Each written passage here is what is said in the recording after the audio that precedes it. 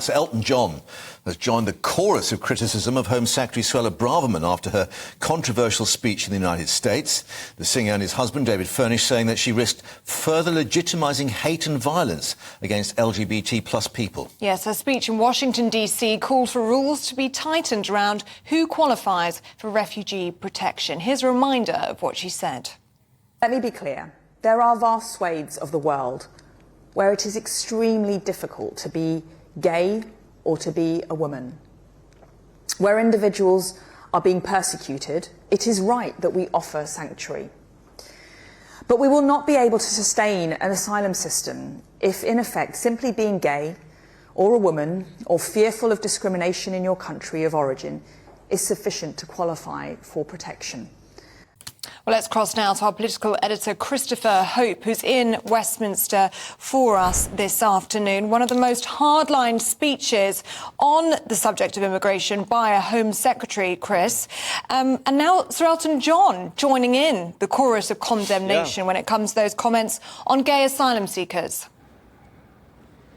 That's right. Elton John and his husband David Furnish have rightly, in their world, spoken out about this because they've experienced discrimination throughout their lives and they've been standard bearers for how to deal with that. And I think it's really concerning what the Home Secretary has said. In her, were she here, she'd be saying she's not talking about people who are being persecuted. Of course, they must be allowed to flee the country they're in. It's more people who find it difficult to live somewhere where it's gay. That's the point she's trying to make, and that's part of a wider argument about how widely scoped this Convention on Human Rights, this 1951 treaty, is written, and that's what she's trying to get to. But there's no question that some of those remarks are very difficult and challenging, I think, for high-profile gay people like David Furnish and Elton John to hear about, and they are speaking out. And, of course, she went further then, talking about multiculturalism and a misguided dogma. I mean, there might be those critics who say her remarks are ill thought out. But then there's another school of thought, I gather, and that is that she knows exactly what she's saying, and it might be part of a bid for the leadership of the Tory party by, getting the right wing on her side. Well, Mark, you've been around this journalist world as long as I have, or probably longer than I have, maybe. I mean, yes, everything is in view through the prism of leadership. The Tory party, if they lose the election, as they're forecast to do by the polls, is facing a leadership election towards the end of next year. Suella Braverman will be wanting to be the champion of the right. This kind of language will be what she wants to say, and it's been quite an interesting few days for the Prime Minister. He didn't go to the UN General Assembly. He did stay here and row back on net zero pledges. He sent his Home Secretary to Washington to call for a review of the 1951 Convention on Human Rights. These are things that we haven't seen from Rishi Sunak in the past 10 months. He's been quite safety first, 5 targets, judging on those results. Suddenly he's gone a bit bananas, really, with this kind of right-wing approach. This speech was signed off by Number 10. They knew it was happening.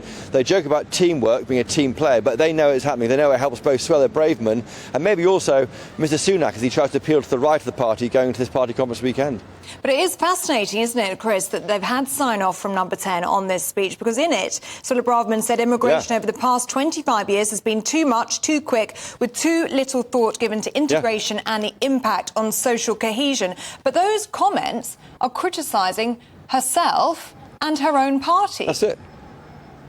That's right, Ellie. I mean, 25 years, half of that period, 13 of those years, her party was in power. And you've got to ask, why has that happened? I mean, if you look at the numbers of small boats, migrants crossing the Channel, that's low tens of thousands. Too many, but low tens of thousands. But the big number is the 600,000 who came here net in the 12 months to June last year. That is a figure allowed by the government, not stopped. She used the term uncontrolled and illegal migration. Illegal migration is one part of the story. That's a symptom of a bigger issue of uncontrolled migration, leading to, as she says, the requirement for 200,000 more school places since 2020. That's on the Tory party, the government's watch. They're allowing this to happen, and she's saying it's not on. And I know personally, she told me for my podcast last October that she wants net migration down to tens of thousands. It's nowhere near that at the moment, and we're almost seeing a debate being played out in real time. And by the way, this is like a political speech yesterday. The party conference is next week. What will she say next week? Yeah, and of course we've got now, I think, the hotel bill up to 8 million a day instead of 6 million. How is all this going to play out in Manchester at the party conference? Are there those behind the scenes anxious, perhaps, that she's putting her head above the parapet a bit too much on this? I don't think she won't mind that. I mean, she'll be very pleased to be a Home Secretary and having the front page headlines in kind of right-leaning papers 2 days running, and she's had that. I think she'll be pleased with the result.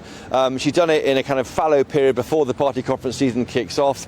I think the speech she gave yesterday is an absolutely defining moment, and maybe in Tory party politics, certainly for the right, because she is firmly planting her standard on the right of the party and demanding their attention.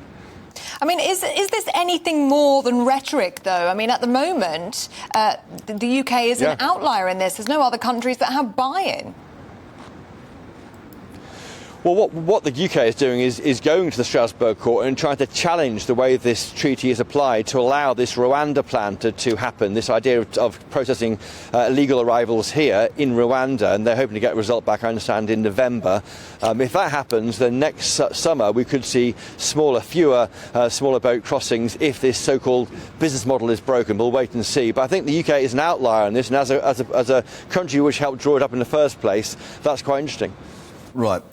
Chris, thank you for that in Westminster, and we'll see what emerges in Manchester if everyone gets there by train.